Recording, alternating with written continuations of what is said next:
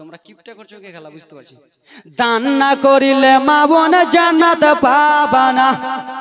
এরা ভাবে হুজুর যত চাইলা সবই তো দিয়ে দেন, কিপটা কেন কইছো? সুবহানাল্লাহ মাশাআল্লাহ। দাও পটপট করে নিয়ে এসো, যা শেষ ভালো তার সবই ভালো। আব্বারা আমার সোনা মানিকেরা, রাত্রি অনেক হয়ে গেছে, আবার কালকে সবাই আসবেন। কালকে কে কে আসবেন হাত তুলুন তো।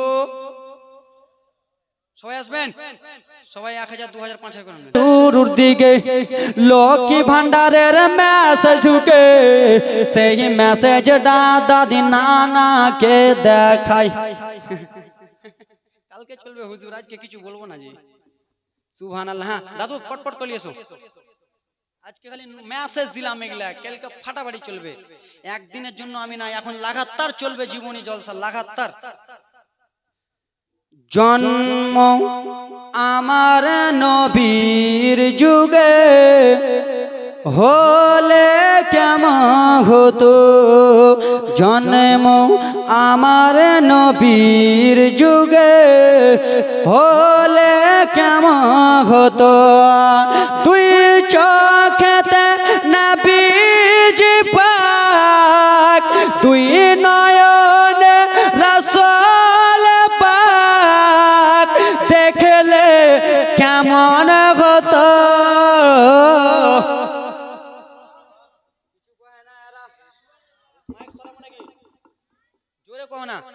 দুই চোখেতে নবীজি পাক, দেখলে কেমন হতো।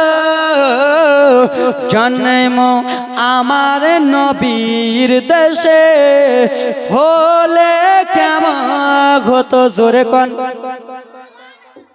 মানে বুঝতে পারেন না? আমার জন্ম যদি আমার নবীর দেশে মক্কাতে হতো, আমার নবী যখন ছিলেন সেই সময় যদি আমি মায়ের পেট থেকে দুনিয়াতে আসতাম, তো আমি ভাগ্যবান হয়ে যেতাম, হতাম না? আমার নবীর সঙ্গে আমি ঘোরাফেরা করতাম, এর থেকে ভাগ্যবান কে গো? আমার নবীর সঙ্গে আমি নামাজ পড়তাম, পড়তাম না?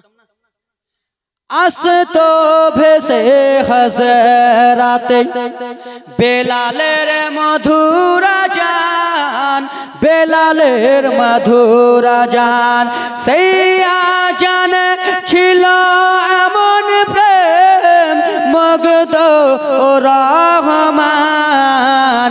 দয়ার নবীর পিছে নামাজ পড়লে কেমন হতো। জোরে বলুন।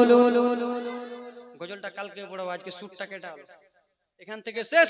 কহিলাম কথা বলিলাম যত, বিদায়।